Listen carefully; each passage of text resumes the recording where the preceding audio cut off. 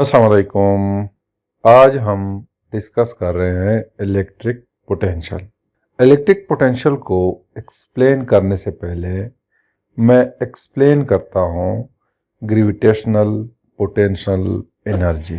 Gravitational potential energy को explain करने के लिए मैं सपोज करता हूँ कि ये हमारे पास सरफेस ऑफ अर्थ है और हमें पता है कि ज़मीन की भी एक फील्ड होती है जिसको हम ग्रेविटेशनल फील्ड कहते हैं, और इस ग्रेविटेशनल फील्ड की direction towards the centre of earth होती है। इस ग्रेविटेशनल फील्ड की वजह से जमीन तमाम ऑब्जेक्ट्स को अपने सेंटर की तरफ अट्रैक्ट करती है। तो यहाँ पे मैं सपोज करता हूँ कि जमीन की सरफेस पे एक ऑब्जेक्ट पड़ा हुआ है।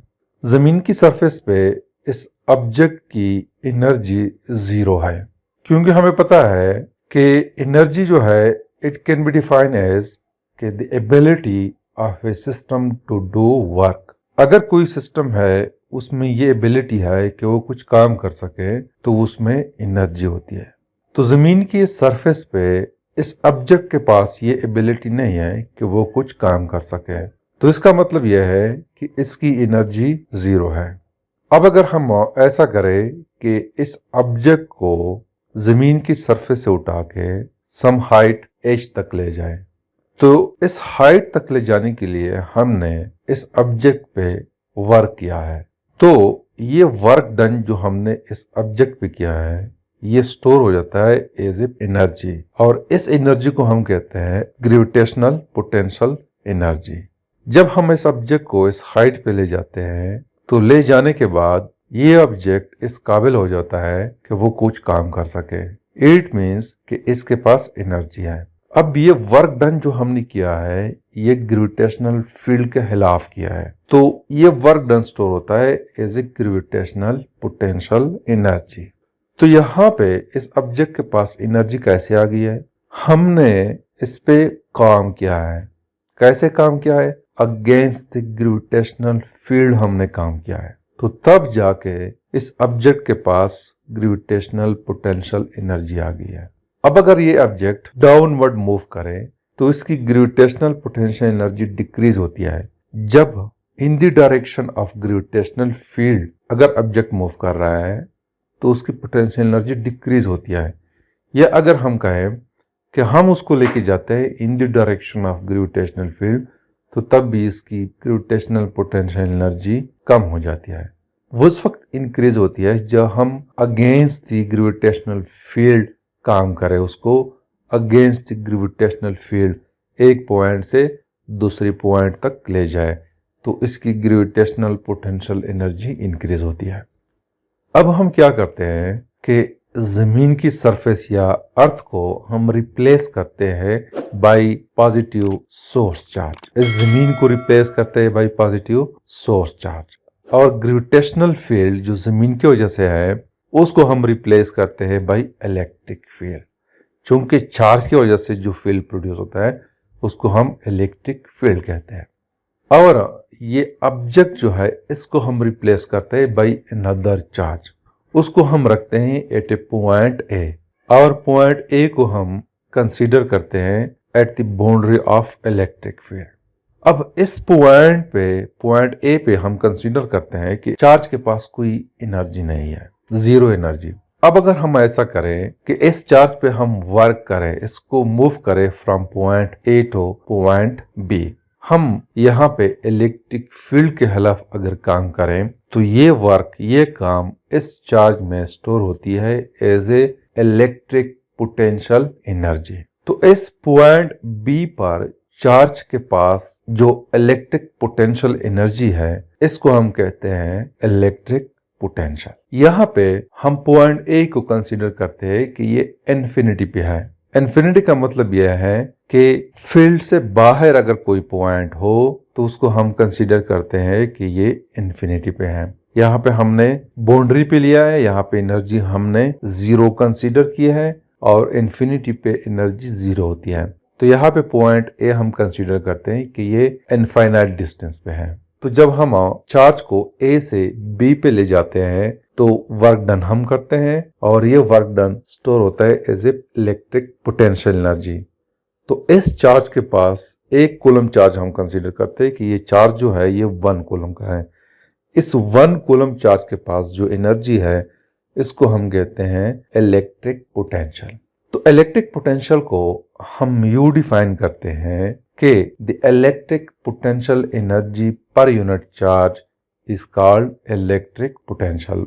पर यूनिट चार्ज से मुराद 1 कूलम हम कंसीडर करते हैं। 1 कूलम चार्ज के पास जितनी एनर्जी होती है उसको हम इलेक्ट्रिक पोटेंशियल कहते हैं। यह चूंकि हम इस पे वर्क करते हैं, उस वर्क की वजह से ये एनर्जी उनके पास आ जाती है। तो इसी वजह से हम इलेक्ट्रिक पोटेंशियल को यूं भी डिफाइन करते हैं कि the work done per unit charge in bringing from infinity to some point in the electric field. यहाँ पे इन्फिनिटी से मुराद ऐसा पॉइंट है जहां पे पोटेंशियल 0 हो। तो मैं इसको मैथमेटिकली लिखता हूं कि इलेक्ट्रिक पोटेंशियल जिसको हम V से रिप्रेजेंट करते हैं, it is equal to work done per unit charge. जितना हम वर्क करते हैं उतनी ही इलेक्ट्रिक पोटेंशियल एनर्जी इस चार्ज के पास आ जाती है। तो लिहाजा वर्क को मैं रिप्लेस करता हूं इलेक्ट्रिक पोटेंशियल एनर्जी पे, जिसको हम U से रिप्रेजेंट करते हैं पर यूनिट चार्ज। इसकी यूनिट अगर हम देखें, इलेक्ट्रिक पोटेंशियल एनर्जी की यूनिट है जूल और चार्ज की यूनिट है कूलम। तो जूल पर coulomb is the unit of electric potential और इसको हम कहते हैं कि ये इक्वल है वोल्ट के। अब अगर हम ऐसा करें कि 2 points inside the electric field consider करते हैं, एक पॉइंट A है और एक पॉइंट B है। ये 1 कूलम का चार्ज जो है ये मैं कंसीडर करता हूं कि ये पॉइंट A पे है। तो जब हम इसको पॉइंट A से पॉइंट B तक ले जाते हैं तो पॉइंट B पे पोटेंशियल ज़्यादा होती है, पॉइंट A पे कम होती है। तो पोटेंशियल डिफरेंस को हम लिखते हैं कि VB माइनस VA, यानी कि potential at a point B and electric potential at a point A, it is equal to work done in bringing the charge from A to B divided by charge हो जाएगा। तो फिर इस सूरत में electric potential को हम इस equation से रिप्रेजेंट करते हैं। अगेन अगर हम पॉइंट A को इन्फिनिटी पे लें तो ये इक्वेशन बन जाएगा VB is equal to WAB divided by Q। या अगर हम इस इक्वेशन को जनरल लेके तो ये इक्वेशन हो जाएगा V is equal to work done per unit charge, या इसको हम लिखते हैं कि electric potential energy per unit charge. तो ये है इक्वेशन ऑफ इलेक्ट्रिक पोटेंशियल। अब दोस्तों, work done in moving the charge from point A to point B can be positive and negative. Work done जो हम करते हैं in moving the charge from A to B, ये positive भी हो सकता है और नेगेटिव भी हो सकता है। तो इसका मतलब यह है कि electric potential at a point B can be higher and lower. अगर वर्क डन पॉजिटिव है तो पॉइंट B पे जो पोटेंशियल है वो हायर हो सकता है, ज्यादा हो सकता है पॉइंट A के मुकाबले में। और अगर वर्क डन नेगेटिव है तो पॉइंट B पे जो इलेक्ट्रिक पोटेंशियल है it can be less than the electric potential at a point A। तो इस सिचुएशन में पॉइंट A पे इलेक्ट्रिक पोटेंशियल ज्यादा हो सकता है और पॉइंट B पे कम हो सकता है।